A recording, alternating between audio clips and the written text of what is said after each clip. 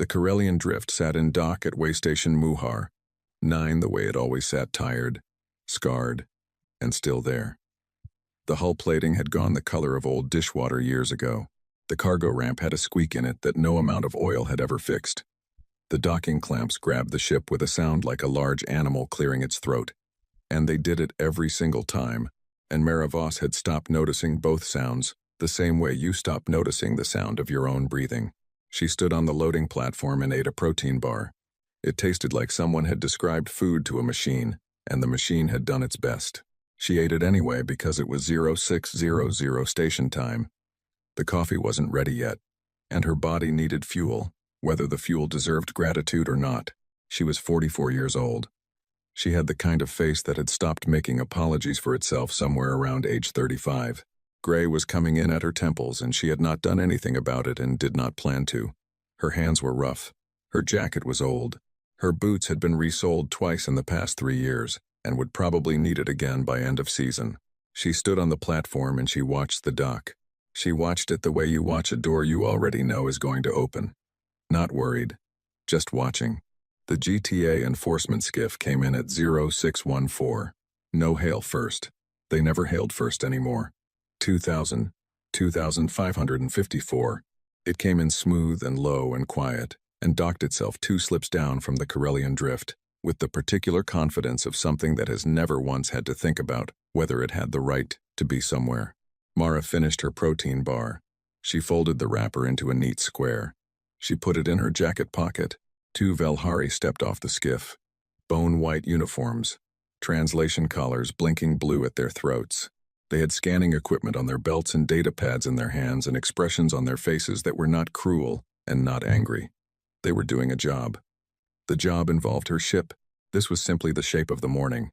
They walked toward the Karelian Drift without looking at her. She stepped aside and let them on.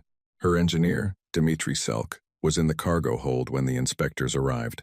He was 61 years old and built like a man who had spent 4 decades not asking for help lifting things. His hair was gray and cut close. His hands were large and calloused and had fixed more things than most people had ever broken. He was stacking the last of a supply order when the 2 white uniforms walked in, and he stopped stacking, and he stepped back, and he said nothing. He had been doing this long enough to know that saying nothing was the correct response. The first inspector ran his scanner along the cargo manifest display. His translation collar blinked twice. He scrolled his data pad. Processor units, he said. Rare earth composite. 17 crates. Registered under secondary investor. He looked at Dmitry when he said this. The look was not unkind. It was simply informational.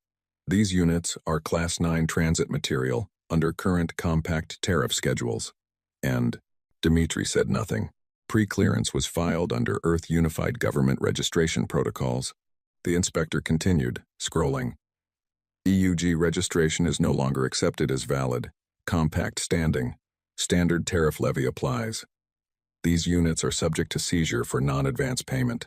Mara was standing at the cargo hold entrance. She had followed them in. Those were declared on the manifest, she said. Her voice was even. Filed 2 weeks ago. Full pre-clearance documentation, transit route, cargo class, estimated delivery, all of it. The inspector looked at his data pad. He scrolled. He nodded, in the way that people nod when they have already made a decision and are performing the motion of consideration for the record. Pre-clearance was filed under EUG protocols, he said again. Those protocols are not currently recognized. The filing carries no legal weight under the current compact framework. Assessment stands.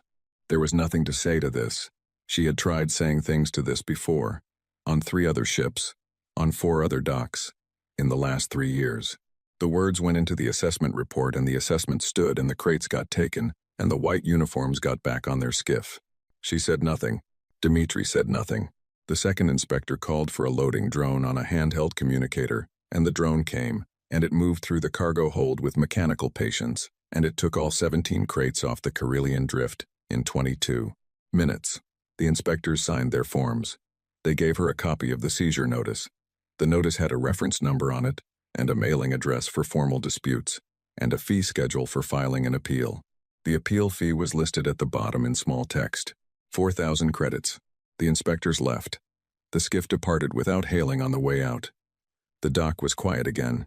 The space in the cargo hold where 17 crates had been was just empty floor now, and the empty floor said nothing about what it used to contain. She found Dmitri sitting on that floor 20 minutes later. His back was against the wall. His legs were out in front of him. His hands were resting on his knees, palms up, open, fingers slightly curled. He was looking at his palms the way a person looks at something they're trying to understand, not in grief exactly. Not yet, but in the moment before grief, when you're still trying to find the explanation that makes things make sense. Mara stood in the doorway. She looked at his hands for a long time. Those 17 crates were his retirement plan. Not the whole of it, but enough of it that the hole they left was real and deep. 3 years of savings put into a co-investment she had helped him structure, a solid plan on a safe route, processor components that had a guaranteed buyer on Vega Station, and a 22% margin on delivery. He had shown her the numbers with the careful excitement of a man who had learned not to be too excited about things in case they didn't work out warm and steady, like a coal fire that's been running clean a long time. Solid plan, she had said. Smart use of the hall. She stood in the doorway. She did not go sit beside him. She did not put her hand on his shoulder. She was not built for those gestures, and he had worked with her long enough to know it. And anyway, it was not what either of them needed. His hands were open on his knees. She looked at them one more time. Then she turned and walked to her cabin. She kept her files on a local drive that was not connected to the ship's main network. She had done this since before Dmitri worked for her. Before the ship, before the Karelian drift. It was the kind of habit that develops when you have once lost everything that was connected to a system you trusted, and you decide quietly, with no drama, alone on a dock at 2 a.m., that you will never trust a connected system again. She did not think about what she had lost. She did not think about it the way you do not think about something that is always present by work, by decision, brick by brick, over 13 years. A wall, with that thing on the other side of it. The file was labeled simply, GTA Transit Compact, 2271, full text. She had looked at parts of it before, the sections that were directly relevant to her day-to-day, tariff, schedules, enforcement rights, transit authorizations, the sections every human captain with any sense had read 3 times and highlighted and could quote from memory, the sections that told you exactly how much they were allowed to take from you and how often and with what notice period. Nobody read the whole thing. It was 4,012 pages. It had been written by committees from 9 different species working in 14 different legal traditions, all translated at least twice before anyone signed anything. Reading it in full was the kind of thing that happened to people who had made very poor decisions about how to spend their years. She made a coffee. She sat down. She opened the document at page 1. She began to read. The station cycled into its night mode and the lights in the corridors dimmed to half, and the dock outside her porthole went quiet except for the low hum of the environmental systems. The coffee went cold. She made more. Midnight came and went. The numbers on the station clock moved with the slow patience of things that have no interest in whether you are paying attention to them. She read. She read the way a person searches through a broken machine, not looking for the parts that are working, looking for the part that isn't. Most of it was what she expected. Tariff structures and transit rights and enforcement jurisdictions and definitions and subdefinitions and appendices to the subdefinitions and footnotes to the appendices. Legal language built not to communicate but to pin meaning in place, so it could not escape when someone needed it to mean something slightly different. She had a notepad beside her. She wrote almost nothing on it for the first 6 hours. A few page numbers, a few reference codes she wanted to come back to. The notepad sat mostly blank, and she kept reading. At 0340 station time, in the deep quiet of the ship with the environmental systems humming, and the dock outside dark, and Dmitri long since gone to his bunk, she reached clause 7442, subsection H. 13 lines. She read them. She read them again. Slower. Each word placed down carefully in her head, in order, the way you lay out tools before a job, every one in its place. None of them rushed. The clause was a jurisdictional boundary clause. It defined the limits of GTA tax authority. Specifically, it defined the limits of GTA tax authority over vessels that were not registered to a recognized, compact, signatory government. She read it a third time. The Earth Unified Government had been a recognized compact signatory. That was straightforward. It had been a signatory since 2271, since the day human beings had walked into the Grand Conclave Chamber and sat down at the table and signed 47 pages of documents that nobody on Earth had fully understood yet. The Earth Unified Government had also been dissolved 6 years ago. Economic collapse, political fracture, and a long, slow unwinding that everyone had seen coming and nobody had managed to stop. The human colonies ran under independent charters now. The shipping fleets ran under independent registrations. Nobody had formed a new unified government because nobody had agreed on what one should look like. And in the meantime, everyone kept using their old EUG registration codes because the GTA's automated processing systems still accepted them. The GTA systems still accepted the codes, but the legal standing the codes represented was gone. 6 years gone, which meant that the Corellian Drift and every ship like her, every independent human freighter running old EUG registration papers, was not registered to a recognized compact signatory government, which meant, under Clause 7442, subsection H, the GTA had no jurisdictional authority to levy tariffs against them. None. Not one credit. Not one crate. Not the seizure from this morning. Not the 3 years before this morning. Not the 16 other seizures she had filed protests on and paid appeal fees for, and eventually absorbed, because the appeal process cost more than the cargo, and that was the point. That had always been the point. Not any of it. She sat very still for a long time. The dock outside was dark. The station hummed. Somewhere further back in the ship, the cooling system clicked twice and went quiet. She opened a new document. She typed a number at the top, the total value of everything that had been taken from the Corellian Drift in the 6 years since the EUG dissolved. It was a number she had been adding to for a long time. She knew it without having to look it up. Then she opened the compact charter in a second window, navigated to Article 17, and found the statutory interest rate for unlawful seizure of goods in transit. She applied the interest rate to her number. The new number was larger, considerably larger. She looked at it for a while. Then she closed the interest rate document and opened a fresh file and started typing names. Captains she knew, people she had shipped with, worked beside, shared dock space with across 3 years of trade routes. People who had all, at some point, had bone-white uniforms walk through their cargo holds. She wrote their names, and beside each name she wrote a number, an estimate of what had been taken from them. And she kept going until she had 37 names and 37 numbers, and a running total at the bottom of the list. She looked at the running total. She sat with it for a moment. Then she got up and poured out her cold coffee and made fresh coffee, and stood at the galley counter drinking it in the dark, looking at nothing in particular, turning a single question over in her head with the slow patience of someone who is not rushing toward an answer, but making sure the answer they find is the right one. She went back to her desk. She read Clause 7442 one more time. She had read it correctly. The clause said what she thought it said. She had not made a mistake. She exhaled once. Quiet. Not a dramatic sound. Just a breath. She said, to the empty cabin, to the dark porthole in the cold dock and the small sounds of the ship around her. Interesting. Dmitri found her in the galley at 0900. She had her laptop open and a fresh coffee and a notepad filled with handwriting and the particular kind of stillness about her that, in 6 years of working together, he had learned to read correctly. It was not the stillness of someone resting. It was the stillness of a machine, running at full power, with nowhere to put the output yet. He poured himself coffee and sat across from her without asking. She did not turn the laptop away from him. He looked at the screen. He read for a while. He drank his coffee and said nothing until he had read it twice. How long have you been up? He said. Don't worry about it. He was quiet. He looked out the galley porthole at the dock, the same dock where the crates had been loaded onto a GTA drone 23 hours ago. Those crates, he said, just putting the words in the room. I know.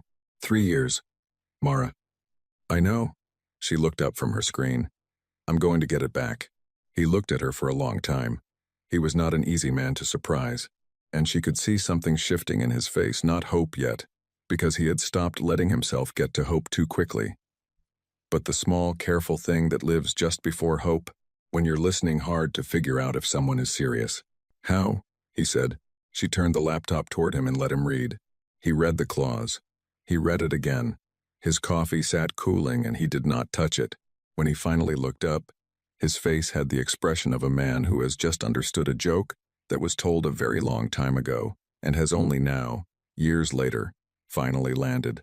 This has been in there the whole time, he said. Since 2271. Nobody ever read it. Nobody ever read all of it. He looked at the screen for another long moment, then at her. What do you need? She pushed the notepad across the table. Start at page 3. Verify every seizure we have documented. Cross-reference with the levy schedules in Appendix 4. I need to know the exact numbers before I file anything. He picked up the notepad. He looked at it. He looked at her. This is going to get loud, he said. Not a warning, just a statement of geography. This is where we are. This is what the terrain looks like from here. Yes, she said. The GTA won't. No, she agreed. They won't. She was already typing. He uncapped her pen and started on page 3. The galley was quiet. The station hummed outside. The Corellian drift held still around them. The same scarred ship it had always been. Nothing changed on the outside. Nothing different to any passing eye. Just a dented freighter in slip 47 with its systems on standby and its ramp squeaking in the recycled dock air. Inside, 2 people were doing math. The kind of math that had been waiting 43 years for someone patient enough to do it. 3 days after the seizure, Mara's bunk looked like a legal office that had lost a fight with itself. 4 empty mugs on the small desk. A notepad so full of writing that she had flipped it over and started on the back. Printed pages stacked in 3 piles. Each pile held in order with a different colored clip. Each page marked in at least 2 places. An empty protein bar wrapper that had been there since yesterday and that she had not thrown away because throwing it away required standing up and she was not done sitting yet. She had slept twice since finding the clause. 4 hours the first time, 3 the second. She had not found this unsatisfactory. On the wall above her desk, held up with a single piece of tape that had been there so long it had gone yellow, was a photograph. Old, newsreel quality, grainy, taken from a dock camera at a distance. A ship being towed, a mid-sized freighter, with a name across its hull that was mostly readable even at that resolution and that distance. Edna Mai. She did not look at it while she worked. She did not need to look at it. It was just present, the way certain things are present in the room, in the air, in the particular way a person holds themselves when they are sitting alone and doing something that matters. She wrote the exemption claim by hand first. Then she typed it. Then she read it back to herself out loud, slowly, the way you read something when you need to hear where it breaks. It did not break. She sent it through the official GTA channels at 0800 station time on the 4th day. Exemption, claim 7442H. Formal citation of clause 7442. Subsection H of the GTA Transit Compact, 2271. Full text of clause attached. Legal argument. The Corellian drift, and all similarly situated human vessels, are not registered to a recognized compact signatory government, following the dissolution of the Earth Unified Government. GTA tariff jurisdiction over such vessels has therefore no legal basis under the compact's own terms. Request for immediate return of all seized goods and refund of all tariff payments made under invalid authority. She sent it. She noted the time and the reference number. She added them to her files. Then she picked up her communicator and started making calls. The first call was to a man named Hendricks, who ran a water ice hauler on the outer belt routes. She had known him for 9 years. He had been boarded 5 times in the last 4. She told him about the clause. She did not explain it at length. She sent him the relevant pages and said, "Check your registration documents. See if you're a signatory." He called back 2 hours later. He was not a signatory. The second call was to a woman named Priya Ose, who ran a passenger shuttle between 3 colony stations and who had lost a month's revenue to a tariff dispute the previous year. Mara sent her the clause. Priya read it the same day and called back with a voice like someone who has just found their wallet in a coat they hadn't worn in years. She was not a signatory either. The third call, the 4th, the 8th, the 15th. Mara worked through her list of 37 names over the course of 2 days, and she was careful about how she did it. She did not say, "We are going to fight the GTA." She did not say, "This is the beginning of something." She said, "There is a clause. Read it. Check your papers. I will call you again in a week." That was all she said. She kept the calls short. She kept the list to herself. She made more coffee and she kept working. The GTA's response to her exemption claim arrived 9 days after she filed it. It was a form letter. She knew it was a form letter because the reference number in the header was auto-generated and the legal citation in paragraph 2 was the same one she had seen in 3 previous rejection notices over the past 4 years, used for entirely different situations, which meant it was being deployed here, not because it was accurate, but because it was on the approved list of responses, and someone at Central had decided it was close enough. The letter said, "Exemption claim denied. Legal basis. Successor population doctrine. Earth Unified Government's treaty obligations are considered inherited by human populations regardless of governmental dissolution, per established compact case law. Claim does not meet threshold for review. Appeal available within 30 days. Appeal fee. 4,000 credits." She read it. She set it down. She picked it up and read it again, this time with a pen in her hand, and she made notes in the margin. Note 1. Successor population doctrine. She wrote the case number, the letter cited, and added it to her research list. Note 2. 4,000 credits. She wrote, appeal fee. She sat with that for a moment. Then she opened the compact charter and looked up the section on appeal processes for jurisdictional disputes. Article 9, subsection 3. She found it in 4 minutes. Jurisdictional dispute appeals were exempt from standard processing fees. Explicit. 2 sentences. Not ambiguous. The 4,000 credit appeal fee was itself a violation of the treaty. She noted this. She wrote the article number beside the fee amount. She circled it. Then she filed the appeal, and she paid the 4,000 credits, and in the payment notes field, a small text box that GTA processing clerks almost certainly never read. She wrote the legal designation code for extorted processing costs, under protest, pending statutory recovery. Under the treaty, a payment made under protest with that specific designation converted the fee into a recoverable debt, with interest, at the statutory rate. She had not invented this mechanism. It was in the treaty. It had been there since 2271. The humans who wrote it had put it there with care, in a subsection, in language that took 20 minutes to find, but was unambiguous once you found it. She added the 4,000 credits and its accrued interest to the spreadsheet. The spreadsheet was growing. The call from Assessor Chavaram came on the 11th day. He was Velhari, mid-rank, the kind of bureaucrat who had been doing his specific job long enough that he was very good at it and very settled in what it required of him. His translation collar rendered his voice into something measured and professional with a slight formal quality, the way certain people's voices sound when they have spent years speaking carefully. He was, she realized within the first 30 seconds, not calling to threaten her. He was calling to help her. He had looked at her claim, and he was calling to explain, with genuine professional patience, why she was going to lose. "Captain Voss," he said, "I've reviewed your exemption filing. I understand the argument you're making. I want to be direct with you, because I think it will save you time and resources." A brief pause. The successor population doctrine is well established in compact case law. The dissolution of a signatory government does not terminate treaty obligations for the populations that government represented. This has been litigated 4 times in the past 30 years. Humans were not party to those cases, but the precedent applies equally. Mara was sitting at her desk. She had a pen in her hand. She was not writing anything. "The claim will be denied at appeal," Chavaram continued. "The fee you have paid will not be returned under standard dispute resolution.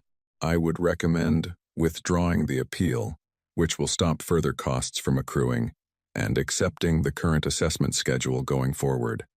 "I recognize that is not what you want to hear," she said. "What case law?" A short pause. "I'm sorry?"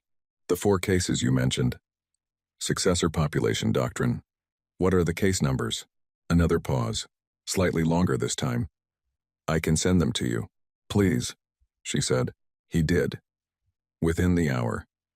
She suspected he thought he was being helpful. She suspected he thought that a captain reading 4 dense legal precedents would confirm what he had told her, and she would withdraw the appeal. She read all 4 cases that night. She read them carefully, with her notepad open beside her, making notes. By midnight, she had found 3 places where the GTA, in the years since those cases were decided, had taken enforcement actions that directly contradicted the precedents their own legal team had just cited in a letter to her. Actions against human vessels, actions she had records of, actions that, measured against the case law Chevaram had just handed her, looked considerably less like lawful tariff collection and considerably more like something else. She filed 3 additional claims the next morning. Each one cited the GTA's own case law as the source of the violation. She noted the time. She added the amounts to the spreadsheet.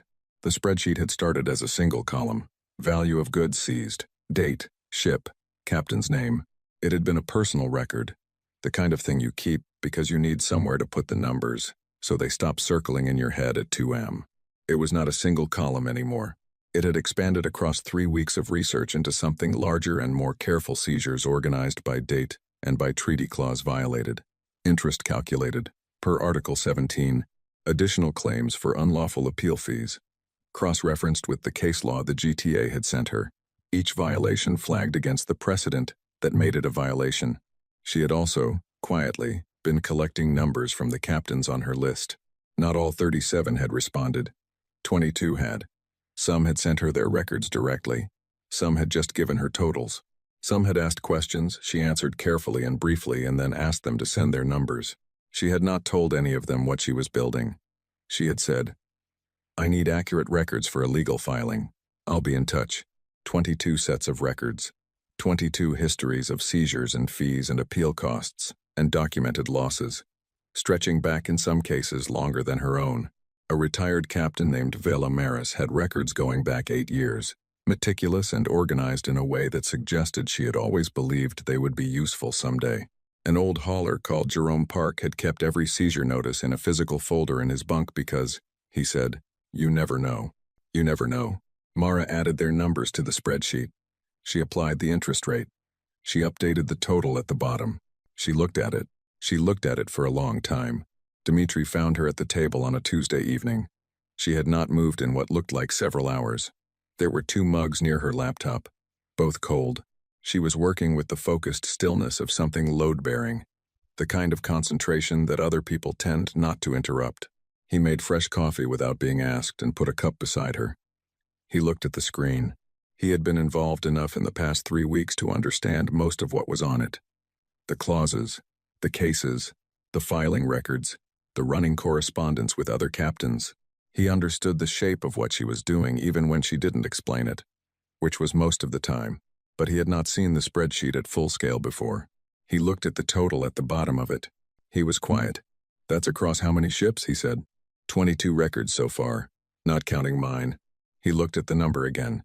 He picked up his coffee and held it without drinking it. "Is that accurate?" "I've verified every number. Twice." He set the mug down. He pulled up a chair and sat beside her, which he did not usually do. He was not a hovering kind of person, but the number on the screen seemed to require proximity, seemed to require a witness. "This is 6 years of seizures," he said. "Yes." "From 22 ships." "Yes." "And you're going to file a claim for—" "I'm going to invoice it," she said. The word claim felt imprecise to her. Claims could be disputed, diminished, negotiated down. An invoice was a number on a page. It said, "This is what is owed. Pay it." Dmitri looked at the total again. He was not a man who made sounds involuntarily very often, but he made one now. A short, low sound that meant something between, "That's impossible," and "You're serious." "They're not going to pay this," he said. "Some of it," she said. "Enough of it." "And the rest?" She had thought about the rest. The rest was the point. Actually, the rest was not about money at all. The rest was about the clause becoming active, cited, part of the legal record. The rest was about a door that had been closed for 6 years being wedged open in a way that could not be unwedged. The rest was about what happened to the captains who came after, the ones who were not her, who had not read the full treaty text at 3 a.m. on a dock in the dead hours. The ones who would benefit from a precedent they never had to set themselves. She did not say all of this. It was too many words for what was a simple concept. "They'll negotiate," she said. "That's fine. Every credit they agree to return is a credit they have already agreed they took without the right to. Every credit is on record. The number matters less than the record. Dmitri was quiet. He looked at the photograph on the wall above her desk. The grainy newsreel image. The ship being towed. He had worked with her for 6 years. He had never asked about that photograph. He had always known, the way you know things about people you work alongside closely, that the asking would be unwelcome. The photograph was just present, the way it was present, and that was enough. He looked at it now for a moment and then looked back at the screen. "What do you need from me next?" he said. She had a list ready. She had been making lists for 3 weeks. "I need someone to carry the route while I'm dealing with this," she said. "Vega Station delivery. Then the Harlan Belt supply run. You can do both in 12 days if you pick up a second engineer at Muhar." He nodded. "And I need you to tell me honestly," she said, "if you think this is the wrong move." He thought about it. He thought about it the right amount, not too fast, not performing the consideration, just actually thinking. "No," he said. "I think it's the only move." A pause. "I just want to know you've thought about what happens if it goes wrong." "I've thought about it." "And?" She looked at the spreadsheet, the names in the left column. 22 ships, 22 captains who had sent her their records and asked no questions, and trusted her with numbers that represented years of their lives. "Then I've wasted some time," she said, "and I paid 4,000 credits for an appeal that gets denied, and we go back to the route, and the GTA keeps taking what it wants. Same as before." She said it evenly. It was the truth. She had made peace with it. Dmitri nodded once. "Okay," he said. He picked up his coffee and drank it. She turned back to her screen. The station hummed outside. The dock was quiet. The Karelian drift sat still around them, unchanged, unnoticed by anyone who passed. Nothing written on the outside of it that explained what was being built inside. She opened the appeal response she had been drafting and went back to work. The GTA had sent her their case law. She was going to use every word of it. She filed the notice at 0600 station time on a Thursday morning, 6 weeks after the seizure. It was called a Notice of Jurisdictional Dispute. It was a specific legal instrument, defined in Compact Charter, Article 3, and it had one particular feature that made it different from everything else she had filed. An exemption claim could be denied, an appeal could be rejected, a complaint could be processed and stamped, and buried in a reference number, and forgotten. A notice of jurisdictional dispute, properly filed and properly served, required all GTA enforcement action against the named vessel to cease immediately, pending arbitration. Under the Charter's own rules, the GTA could not legally board the Karelian drift while the notice was active without reclassifying their own action as piracy. Under compact law, there was a catch. Proper service of the notice required the document to be broadcast on open frequency, public record. The filing alone was not enough. The transmission was the legal act. She had known this since the second week of her research. She had been waiting until she was ready. At 0615, she undocked the Karelian drift from Waystation Muhar 9 and moved out into open space. Not fast, not dramatically.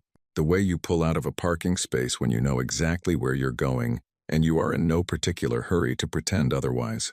She set a course for nothing specific, just open lane. Enough distance from the station for clean transmission. She checked her scanner. 3 minutes after she cleared the dock's outer perimeter, a GTA enforcement wing appeared on the screen. 6 ships. Standard interdiction formation, 2 in front, 2 flanking, 2 in reserve. They had been waiting. She had been flagged when her third appeal triggered an escalation threshold in the automated monitoring system, and the wing had been positioned and ready for 2 days. She had known they would be there. She had filed the notice 6 hours early, specifically so that it was already on record before she undocked. She opened a broadband channel. Human-accessible frequencies first. Then the standard compact transit frequencies. Then the general commercial band that every ship within 2 light minutes was required to monitor. She cleared her throat. She began to read. The document was long. Legal language, dense in places, with specific article numbers and clause citations that she read aloud exactly as written, slowly and clearly. The way you read something you need people to understand, rather than something you need people to be impressed by. Her voice on the open channel was even, not dramatic, not angry. She read the way a person reads a maintenance checklist item by item, each one complete before the next one begins. The GTA enforcement wing hailed her at 0622. The lead ship, a mid-weight interdiction cruiser that was roughly 4 times the size of the Corellian Drift, opened on the standard enforcement channel. The translated voice was clipped and professional. Corellian Drift, this is GTA Enforcement Wing 7-3. You are broadcasting on restricted channels without authorization. Cease transmission immediately and prepare for boarding inspection. 2. She kept reading. She was on page 3 of 11. They hailed her again at 0625. Same message, slightly shorter. Cease transmission. Prepare for boarding. She read page 4. At 0629, the wing moved into interdiction position, the 2 lead ships dropping to bracket her fore and aft, close enough that her proximity alert lit up yellow on the navigation board. A standard maneuver. She had seen it done to other ships. The message it sent was not subtle. We are here, we are larger, and we are not leaving. She glanced at the proximity alert. She noted the distance. She kept reading. The enforcement wing did not fire. They did not attempt to physically dock with her. They could not. Because she had filed the notice 6 hours ago, and it was on record, and the moment they touched her ship, while an active jurisdictional dispute was pending, every subsequent action they took would be logged under a different legal category entirely. Not enforcement, not tariff collection, piracy. Under the compact's own definitions, their own rules, the ones they had written. She read page 6. On the station behind her, and on 2 cargo haulers running parallel trade lanes within broadcast range, and on a Velhari passenger ship that happened to be sitting in the adjacent docking arm when her broadcast began. People were listening. Not all of them understood what they were hearing. The legal language was not easy. The clause numbers meant nothing to most people without context, but the shape of it was clear. A single human freighter, sitting bracketed by 6 GTA enforcement ships, reading a legal document out loud on open channel, while the enforcement ships did nothing. That was the shape of it. That shape was interesting. On the station, a cargo hauler named Hess Park, who had been docked for a fuel stop and was waiting out a 2-hour service window, pulled up his ship's registration documents for the first time in 4 years. He read the relevant section. He sat very still for a moment. He was not a signatory. He had not known that. He had simply been using the old registration codes because they still worked in the automated systems, and nobody had told him to do otherwise. He opened his communication system. Mara was on page 8. The wing held position. They did not leave, and they did not board. She could hear, in the particular quality of their silence on the open channel, the absence of follow-up hails, the absence of any further instruction, the sound of 6 ships, waiting for someone else to decide what to do. That someone else was at GTA Central. She had expected this. Central had to be consulted because nobody in the field was going to take responsibility for the next step without authorization from above. The next step was either board her and accept the legal consequences, or stand down and accept a different kind of consequence. Neither was a good option. Both required a decision that nobody at field level was paid to make.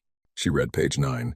The central communications system of the Corellian Drift was monitoring the broadcast frequencies while she read.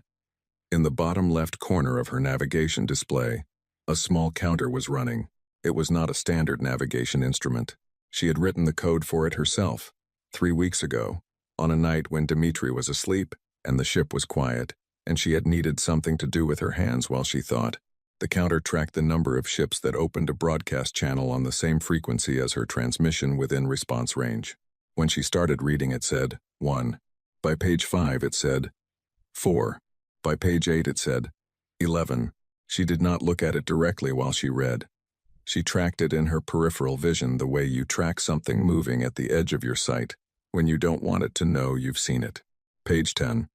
The counter said 17. She finished reading at 0701. The last line of the notice was a formal statement of intent to pursue arbitration under Compact Charter, Article 3, with all enforcement actions against the Corellian Drift considered invalid and legally actionable pending resolution. She read it clearly. She read the document reference number. She read the date and time of filing. She closed the broadcast. The open channel was quiet. The enforcement wing was still there, still bracketing her. The proximity alert was still yellow. 6 ships, none of them moving, none of them hailing. She turned off the broadcast indicator light and turned on the coffee maker that sat on the narrow shelf behind the navigation console. It was a small machine that took 3 minutes and made 1 cup at a time and had a broken temperature gauge that meant the coffee was either too hot or not quite hot enough and never exactly right. She had owned it for 9 years. It was the same coffee maker she had owned on the ship before this one. She waited. The counter in the corner of her navigation display said, 23. The reply from GTA Central came at 0748. 47 minutes of silence from 6 ships sitting in interdiction position around a single freighter, while Central found someone senior enough to make the call. She had used the time to finish her coffee and start a second one and review her filed documents one more time and do nothing else of consequence. The reply was not sent to her directly. It was sent to the enforcement wing commander on the wing's internal channel. She could not hear it. She could see the result. The 2 lead ships moved. Forward position to lateral, then wider. Then the formation opened and the wing pulled back to a standard observation distance close enough to monitor. Too far to constitute interdiction. They were no longer blocking her. They were watching her. That was different. The counter said, 31. Assessor Cheverum contacted her at 0811. He had not called her since she filed the 3 additional claims based on his own case law. She had wondered if he would call again at all. She had thought he probably would, eventually, because he was the kind of official who believed that problems could be explained away by someone patient enough to do the explaining. He was patient. She gave him that. He opened without a greeting this time, which told her something about the morning he was having. Captain Voss, the notice you filed and broadcast today, I want you to understand what you are doing.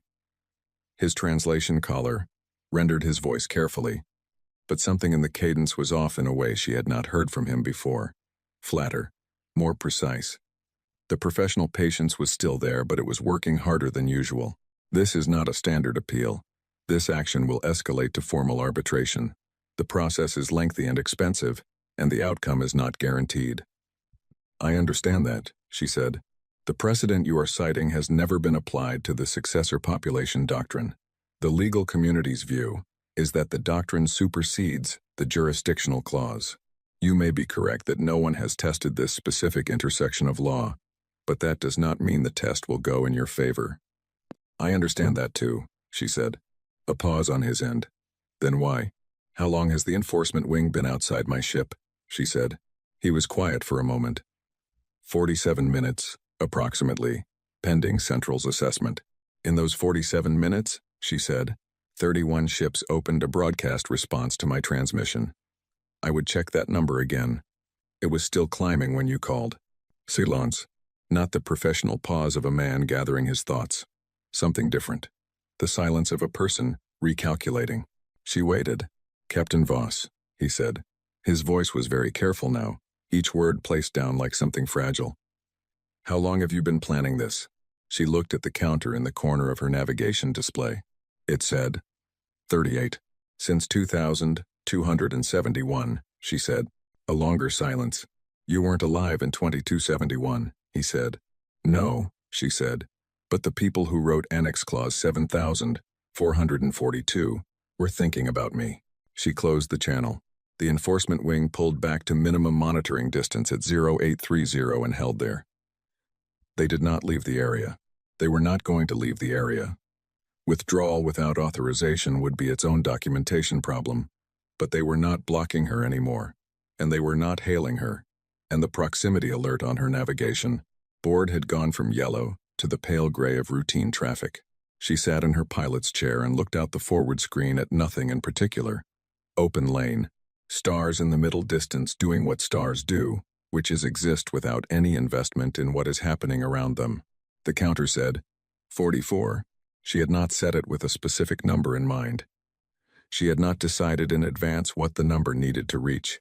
Before she felt something. She had built the counter because she needed to know the number was real. And now the number was real.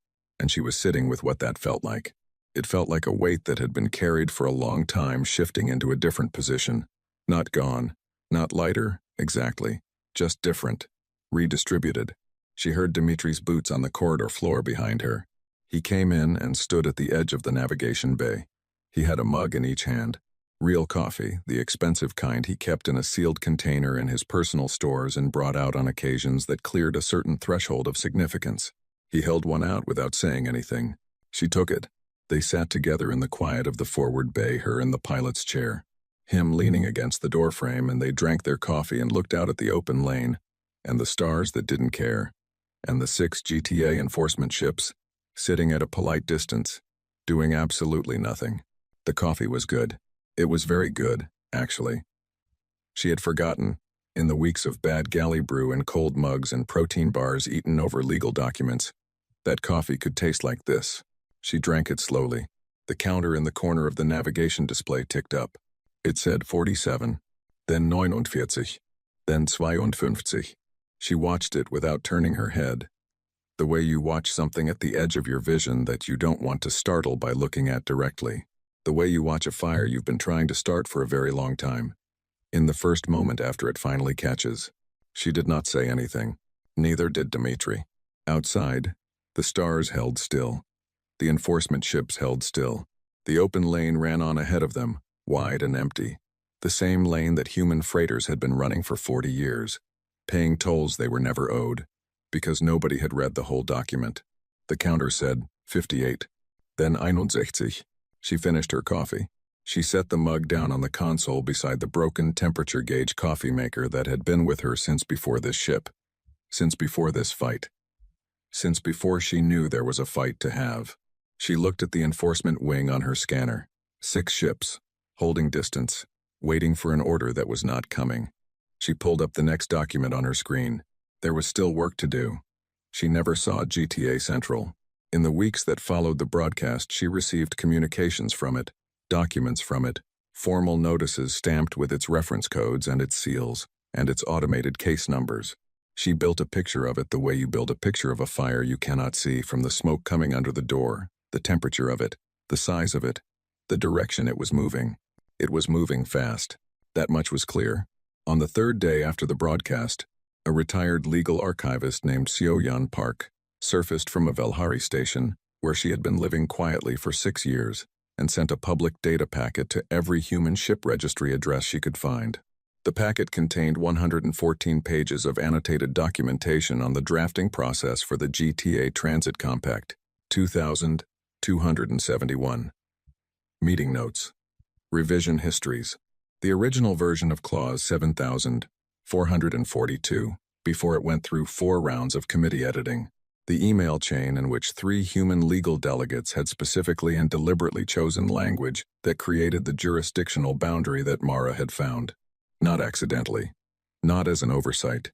On purpose. Planned. Planted in the document like a seed in dry ground, in the hope that 43 years later, the rain would come. The packet also included a note from Seo-Yun Park that said, in its entirety, "I have been waiting for someone to find this." I was beginning to think I would have to find them myself. By the end of that day, the packet had been forwarded across human shipping networks to a number of recipients nobody was formally counting. By the end of the following day, it had made it to 3 Velhari news services and 1 compact general interest digest that was read by species who had no particular stake in the matter, but found it interesting. Things that are interesting travel. The notices started coming in volume on day 5. Not 31 ships, not 61. By day 5, there were 407 filed notices of jurisdictional dispute from human vessels across the primary trade lanes, each one citing Clause 7442, each one broadcast on open frequency, each one adding its reference number to a growing public record that was becoming too large for any single GTA processing office to manage. Mara knew this because she was tracking the filings. She had a second counter running now, next to the first one, and she checked it every few hours and wrote the number down and added it to a running log she kept in a paper notebook, because the paper notebook could not be remotely accessed, or administratively flagged, or automatically included in a seizure inventory. By day 8, the number was over 1,000. By day 12, 3 of the largest human corporate freight companies, operations with 50 or more vessels each, companies that had been absorbing the tariff costs as a line item in their annual budgets because it was cheaper than fighting, looked at the number and made a calculation and filed notices for their entire fleets simultaneously. That was a different kind of noise. A single captain on a battered freighter was an anomaly. 1,000 independent haulers was a movement. 3 major freight corporations was a structural problem for the GTA budget. On day 14, the crew of the colony ship Perseverance, a vessel that had been running supply routes between outer human settlements for 22 years and paying transit levies the entire time, filed a notice that was accompanied by a formal demand for restitution going back to the EUG dissolution. Their number was the largest single claim filed so far. Mara added it to the spreadsheet. The GTA's first countermove came on day 9, an emergency administrative reclassification. A memo circulated through the GTA's processing system reclassifying all human vessels as compact successor state, registered regardless of the EUG dissolution, on the basis that successor population doctrine established continued treaty standing. The reclassification was retroactive. Under this new designation, the jurisdictional clause would not apply. The notices would have no legal standing. Business as usual could resume. Mara read the memo when a copy of it came to her through channels she did not name, even in her private notes. She read it twice. Then she opened the ship's system documentation, the technical manual for the Corellian Drift's navigation. AI, a dense and largely unread document that ship owners received when they took possession and rarely looked at afterward. She turned to section 44. 3 years ago, a human software cooperative called the Open Transit Collective had released a navigation system firmware update. The update had been free. It had been distributed quietly through the standard shipping network maintenance channels, listed as a routine processing efficiency improvement, and most captains had let it install automatically, because that is what you do with routine processing efficiency improvements. The update contained, buried in its operational parameters, a specific automatic reclassification protocol. If a ship's navigation AI detected an active jurisdictional dispute filing associated with the vessel, and if a GTA enforcement boarding was then attempted, the system would automatically reclassify the vessel as an unmanned emergency transit vehicle for the duration of the boarding. Unmanned emergency transit vehicles operated under a separate section of the Compact's Transit Code, written for automated cargo drones, and emergency supply ships that operated without crew. A different fee structure, a considerably smaller one. One the GTA had written to move emergency goods quickly through crisis zones without tariff delays. The GTA had written it. It was their code. The humans had just read it.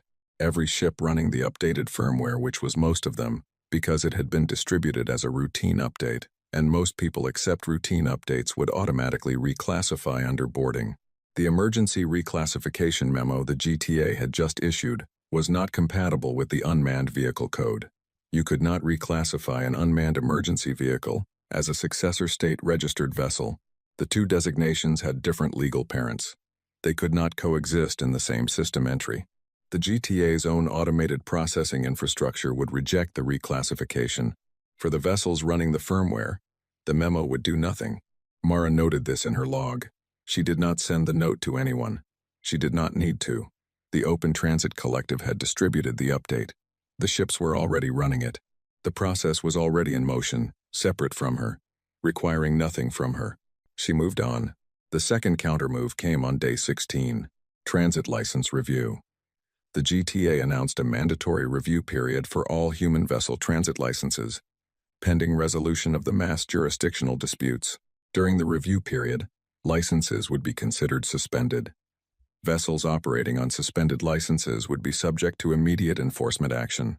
The review period had no stated end date. It was a clean move. She gave them that. If the ships couldn't operate, the pressure to withdraw the notices would build quickly. People had cargo to deliver and bills to pay and crew to feed, and a suspended license made all of that impossible. A few weeks of economic pressure, distributed across 1,000 ships, would produce results that legal argument alone might not. She read the announcement. She looked at the Compact Charter, Article 9, Subsection 7. Subsection 7 covered enforcement actions during pending jurisdictional disputes. It was very clear. A jurisdictional dispute in active arbitration proceedings constituted a protected legal process. Interference with a party's ability to operate normally during protected legal proceedings was classified as obstruction of process under the Compact's administrative code. A suspended license was interference with normal operations. Every suspended license was therefore a separate actionable obstruction charge. Each obstruction charge carried its own statutory penalty. She opened the spreadsheet. She added a new column. She began entering the licenses that had been suspended, cross-referenced against the date of each vessel's active notice filing. The column filled quickly. The total at the bottom of the spreadsheet grew. She added it up. She looked at the new number. She added it to the running total. The running total was now large in a way that required a moment to fully register each time she looked at it. She noted the new column in her log. She sent the relevant compact citation to the legal contacts she had been building across the human shipping community. 2 retired lawyers, 1 active compact trade attorney, and Seo Yun Park, who had turned out to have a mind like a very well-organized filing system and an appetite for this kind of work that matched Mara's own. The obstruction charges began to be formally filed within 48 hours. The spreadsheet kept growing. The third countermove came from Assessor Che Varum. He contacted her on day 19, and he did not open with legal argument this time. He opened with an offer, a private settlement, a fixed sum, paid directly to Mara Voss, in exchange for withdrawal of all claims and notices associated with the Karelian Drift. The sum was not small. It was, in fact, larger than she had expected them to offer, which told her something about how the past 19 days looked from inside GTA Central. She listened to the full offer. She asked him to send it in writing, through the official GTA communication system, using their formal legal reference codes. He paused. A written offer through official channels creates an administrative record. He said, "Yes," she said. Another pause, longer. "Captain Voss, I am trying to give you a way out of this that works for you. Send it in writing," she said. He sent it. She received the written offer, logged it, assigned it a reference number, and attached it to the case file as a formal exhibit. Under compact administrative law, an official written settlement offer from a GTA representative constituted an implicit acknowledgement that the offering party considered the underlying claim to have legal merit. They had just put their own acknowledgement of liability into the record.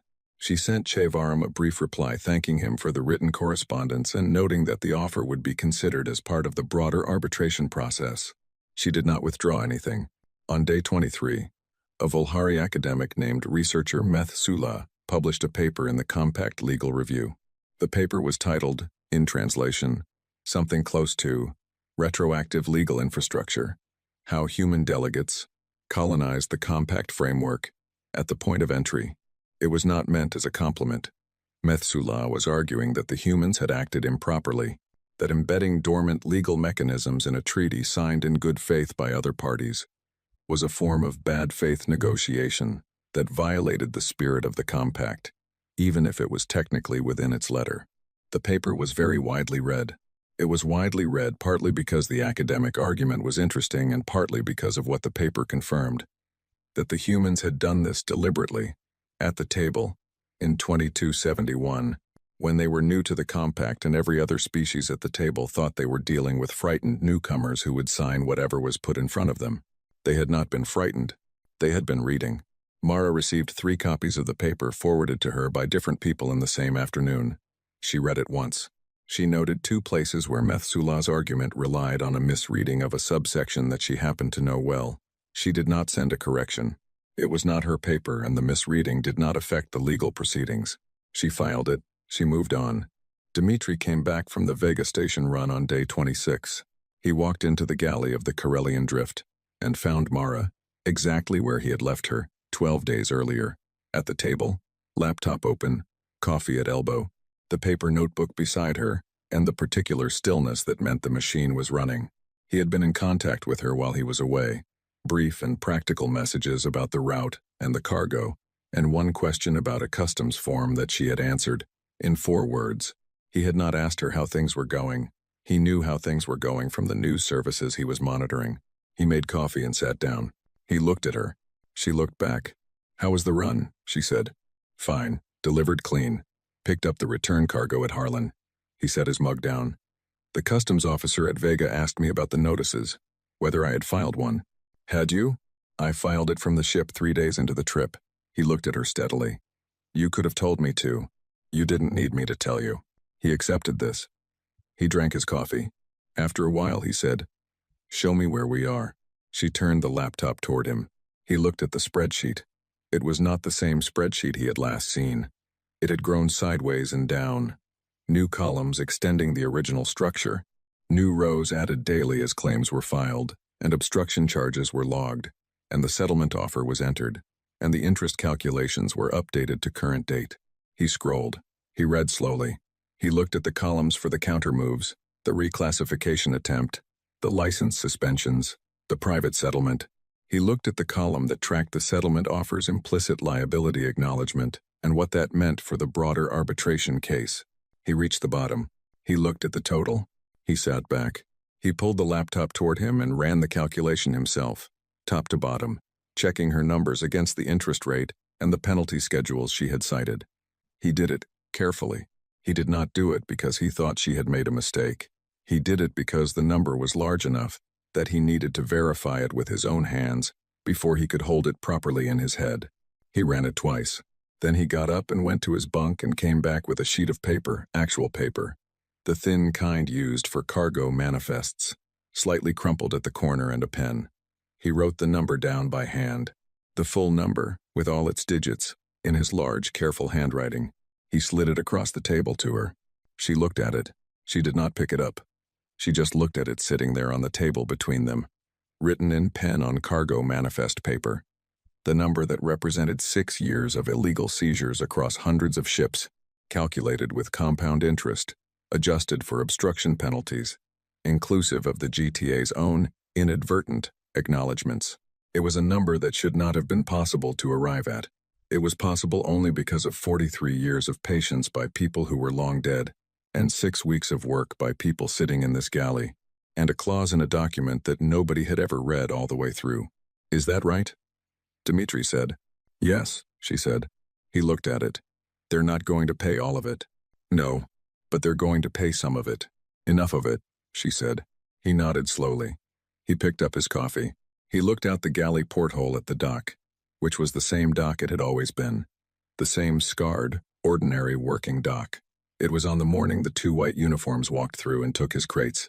He looked at it for a while. Then he looked at her. When do you go to Central? He said. 3 weeks. She had received the arbitration date 2 days ago. Formal session, grand conclave chamber, standard proceedings. She had acknowledged receipt and confirmed attendance. You're going alone? There's no one else to send, she said. There's no government. There's no delegation. She said, it matter-of-factly, the way you state a condition of weather. There's just the filing and the spreadsheet in me. Dmitri was quiet for a moment. Take the good jacket, he said. She looked at him. I'm serious, he said. The one without the engine burn on the left cuff.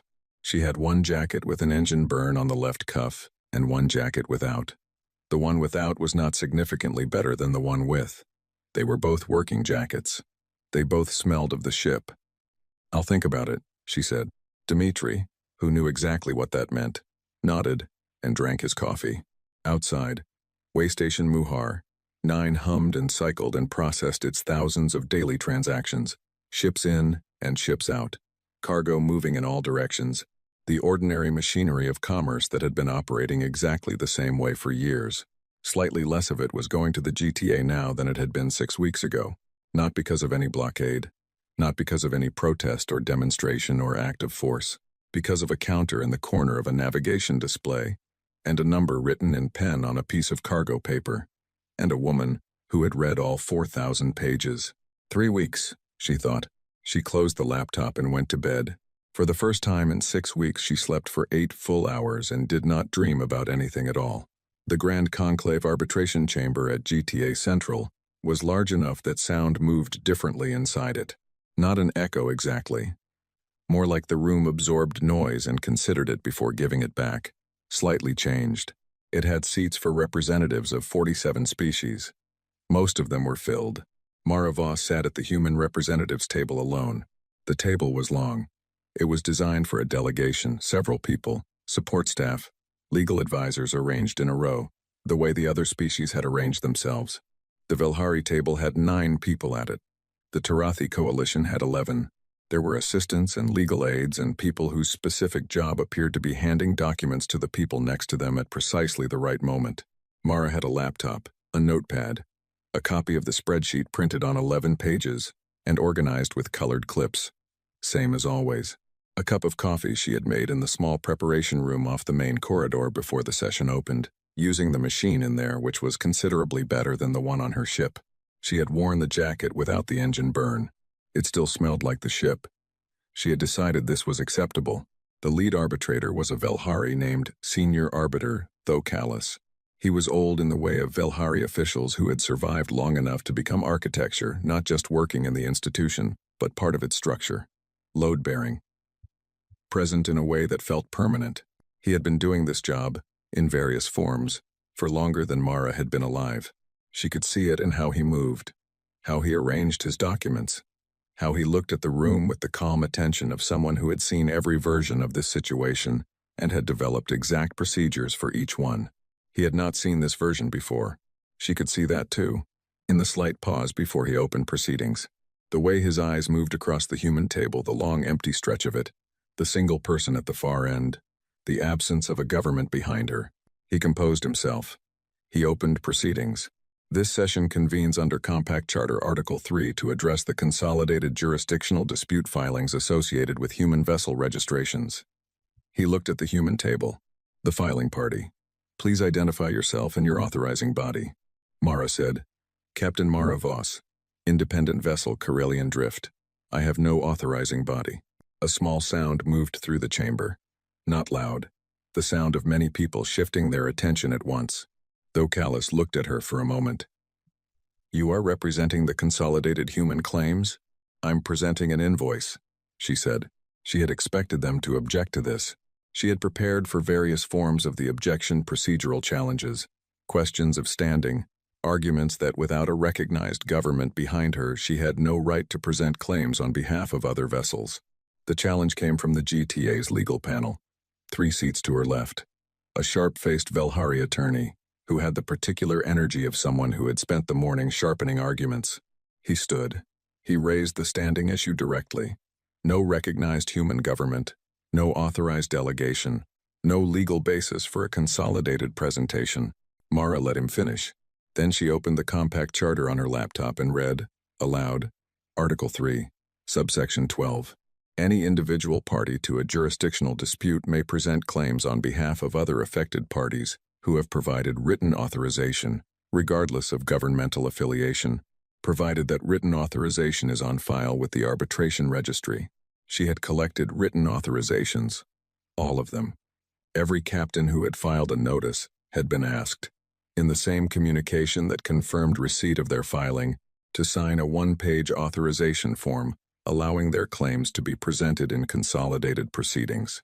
1,216 authorizations, filed with the arbitration registry 3 days before the session. She had the registry confirmation number. She read it aloud. The sharp-faced attorney sat down. Thokalis looked at her for a long moment. There was something in his expression that she did not try to name. He nodded once. You may proceed, he said. She went line by line. It took 4 hours. She did not rush. She did not perform. She read each category of claim in plain terms, the seizures, the dates, the vessels, the amounts, the unlawful appeal fees, the obstruction charges generated by the license suspensions, the settlement offer and its recorded acknowledgement of liability, the interest calculations, cited per Article 17, applied consistently across every category. She had organized it so that the legal basis for each charge was stated once, clearly, at the start of each section, and then the numbers followed. She had done this because the numbers were large, and she wanted the legal foundation under them to be visible before the size of them landed. The GTA's legal panel objected at various points. Each objection was on record. She had responses prepared for 42 possible objections. She used 29 of them. The chamber was very quiet while she worked. The other species representatives were listening. Some of them were taking notes. A Torathi delegate in the 3rd row had brought up a document on his own screen and appeared to be running parallel calculations, which she found interesting but did not address. At the end of the 4th hour, she reached the final page. She read the total. The number filled the chamber the way a sound fills a room. It expanded into the available space and touched every wall, and then settled. She closed the final page. She looked at Thocalis. "That is the invoice," she said. The GTA's response took 3 days. She stayed in a transit accommodation near the central complex. Small room, functional bed, a window that looked out over a landing approach corridor, where ships moved in slow procession at all hours. She watched them sometimes in the evenings. Freighters mostly. Working ships, scarred and ordinary, carrying the commerce of the compact from one place to another the same way they always had. She did not do very much during those 3 days. She had been running at full capacity for 2 months, and her body had decided, in the relative quiet of the transit room, to begin collecting on the debt. She slept long hours. She ate real meals at the station's common food hall, and sat at a corner table, and did not read anything while she ate, which was unusual for her. Dmitri sent her one message on the second day. It said, "Route clear. Cargo delivered. How are you?" She replied, "Fine. 3 eggs and actual bread this morning." He replied, "Good." That was the whole conversation, and it was sufficient. On the 3rd day, Thocalis's office sent a formal communication requesting a private settlement session. She went.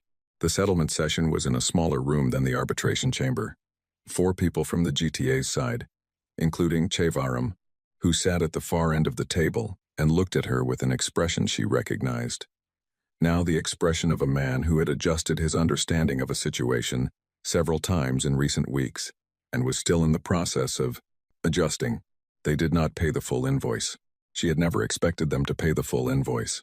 The full invoice was what you wrote on the page when you wanted to establish the true scale of what had happened, when you needed the number on record before you began talking about what portion of it would move today.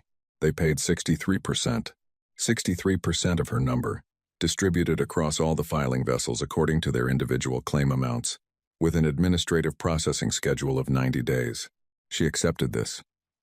She accepted it because 63% of her number was still large, because every credit of it was going into the official record as unlawful collection, returned under arbitration, which meant the precedent was not just set, but stamped and filed, and part of the compact's legal history, because the other 37% would be available to future claimants through the same process, now that the process existed. She accepted it, and she shook the hand of the GTA's senior representative, which required a slight translation of gesture, because Velhari did not shake hands in the same way, but both parties understood the intent, and she picked up her laptop and her notepad and her colored clips, and she walked out. Chevaram caught up with her in the corridor. He walked beside her for a few steps. She let him. "Captain Voss," he said. She kept walking. "For what it's worth," he said, and then he stopped. She stopped too, turned to look at him. He was quiet for a moment. He looked like a man choosing words carefully, for reasons that were not entirely professional. "The people who wrote that clause," he said, "in 2271. They planned a very long way ahead." "Yes," she said. "They trusted that someone would find it." She looked at him. "They trusted that someone would need it," she said. "Finding it was the easy part." She turned and walked to the transit hub and booked a return passage to way station Muhar, 9. She was on the transit ship, 14 hours into the journey, sitting in the narrow passenger cabin with her laptop open and the final session documents pulled up for a last review, when the notification came through. It was an administrative document, standard GTA impound management correspondence. She received these occasionally notices about vessels in various stages of processing, referrals, status updates on cases she had cited in her filings. This one was an impound release list, a batch clearance of 14 vessels that had been held in GTA impound pending legal review, released following the arbitration settlement.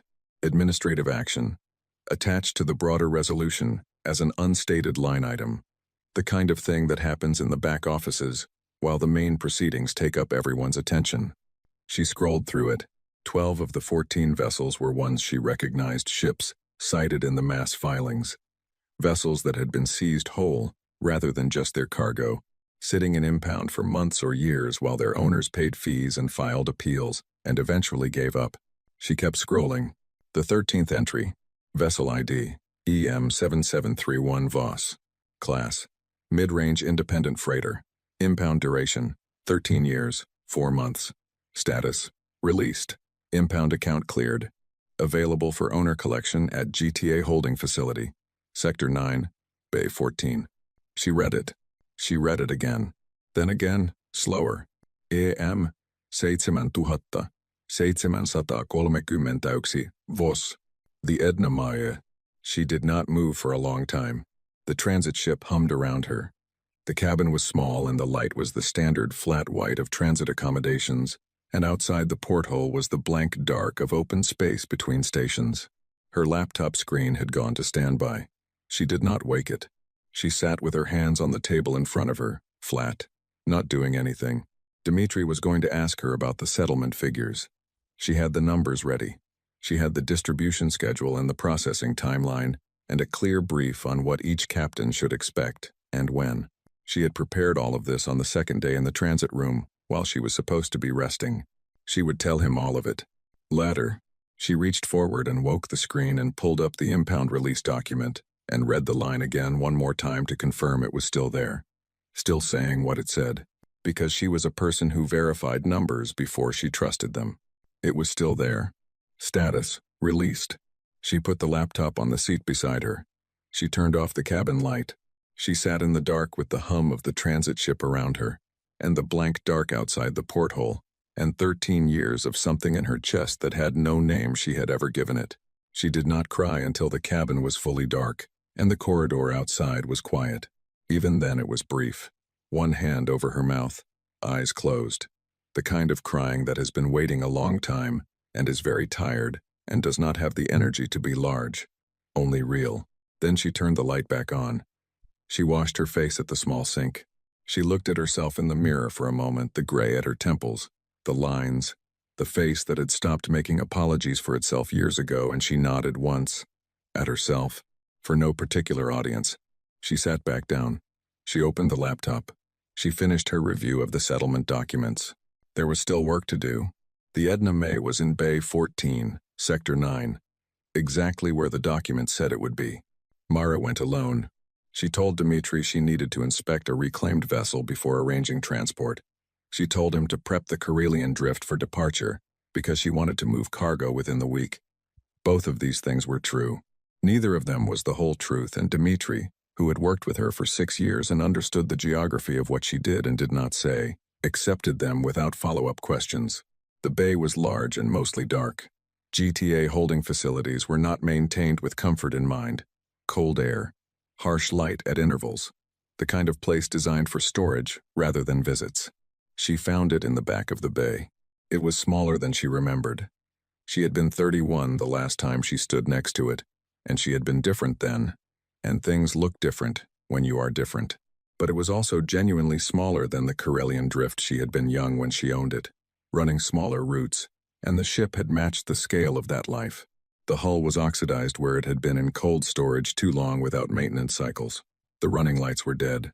One of the landing struts had a visible stress crack from something that had happened during impound that she was going to need a full structural report on. Through the forward viewport, she could see that the secondary navigation console was stripped, missing panels, open cable bundles hanging, some GTA processing tech having pulled components for some other use and never replaced them. She stood outside it for a moment. Then she turned on her flashlight and entered through the docking hatch, which still used the same manual override code she had set when she first took ownership, which she still remembered because she had not ever tried to forget it. The code worked. The hatch opened. She walked through slowly, flashlight in one hand, notepad in the other. She moved through each section of the ship: cargo hold, engine bay, crew quarters, galley, navigation deck, and she looked at everything, and she wrote down everything that needed attention. The list was long. The engine would need a full inspection before she ran it.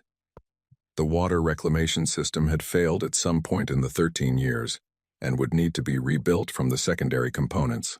The life support diagnostics board was offline. The cargo hold seals needed replacing. The galley had been stripped of its equipment, same as the nav console, cleared out by whoever managed impound as a resource efficiency measure. She wrote it all down. She was not calculating cost yet. That came later. Right now she was just looking, just making the list, just being present in each room of the ship with her flashlight and her notepad, moving carefully in the dark. She stopped in the forward cabin. The pilot's seat was still there. They had not taken the seat. It was the same seat, the left armrest worn smooth, the back adjusted slightly to the right, the way she had always kept it, the console in front of it stripped and dark, but the bones of it unchanged. She put her hand on the back of the seat. The material was cold. Impound Bay cold, deep in it. The kind of cold that accumulates over years in a space where no body heat has moved. She stood there for a moment with her hand on the back of the pilot's seat, in a ship she had watched being towed away 13 years ago, on a dock, while she held herself still, and waited until she was out of scanner range, before she let herself feel it. She was not out of scanner range now. She was standing inside it, her hand on the seat. The cold of it. The dark around her. She stood there for a long time, not moving, not writing anything, not doing anything at all. Then she took her hand away and turned back toward the hatch. She had a list. There was work to do. The ship was fixable. All of it was fixable. Nothing she had written down was beyond the reach of time and work, and the knowledge of two people, who between them had been repairing things for the better part of a century. She walked back through the ship and out through the hatch and stood outside in the cold bay and clipped her pen to the notepad and folded it shut. The Corellian Drift and the Edna May sat side by side in their docks at Waystation Muhar. 9 under the same dock lighting that lit everything else at this station, practical and honest, and not designed to make anything look better than it was. They were not impressive ships. They were not the kind of vessels that drew attention when they came into dock. They were working ships. Both of them beat up, functional, carrying the evidence of every hard season they had been through in every patched hull plate, and replaced landing strut, and replaced, again, landing strut. Dmitri stood beside Mara on the platform between the two docked ships. He had his coffee. She had hers. They had been standing there for several minutes without speaking, which was a normal amount of silence for them. He had read the impound release list without being told to. She had expected that. He had not said anything about the Edna May when she came back from the holding facility. He had looked at her notepad, the pages of repair notes she had brought back, and he had looked at her, and he had said, "I'll call Vargas in the morning. He does good structural work, and he owes me from the Harlan job." That was all. She had said, "Good." Now they stood between the two ships and drank their coffee in the quiet of the dock. 3 months, she said. Maybe 3.5, if the engine needs more than the inspection turns up. "I can do the water reclamation myself," he said. "The secondary components are standard issue. I've rebuilt 3 of them. The nav console is going to cost. We can afford it." He said this as a straightforward fact. The settlement distribution had cleared. Their share of it was sitting in the account. It was not unlimited, but it was real, and it was enough. She nodded. She looked at the Edna May, the oxidized hull, the dead running lights, the cracked strut she had photographed and already sent to 2 structural engineers for quotes. All of it fixable. All of it just work, the kind of work she knew how to do, had always known how to do, would do with her hands and her time and the list on the notepad until there was nothing left unchecked. "Mara," Dmitri said. She looked at him. He was looking at her with the steady expression of a man who does not say things he does not mean. "You got it back," he said. She looked at the ship. "Not just the ship," she said. He was quiet. He understood what she meant. He was that kind of person. They stood there until the coffees were finished, and the dock began to pick up its morning traffic. Ships moving in and out, the ordinary industry of the station resuming around them. Then Mara Voss picked up her notepad and uncapped her pen, and walked back toward the Edna May. The hatch opened on the same code it always had. She went inside. She started at the beginning of the list.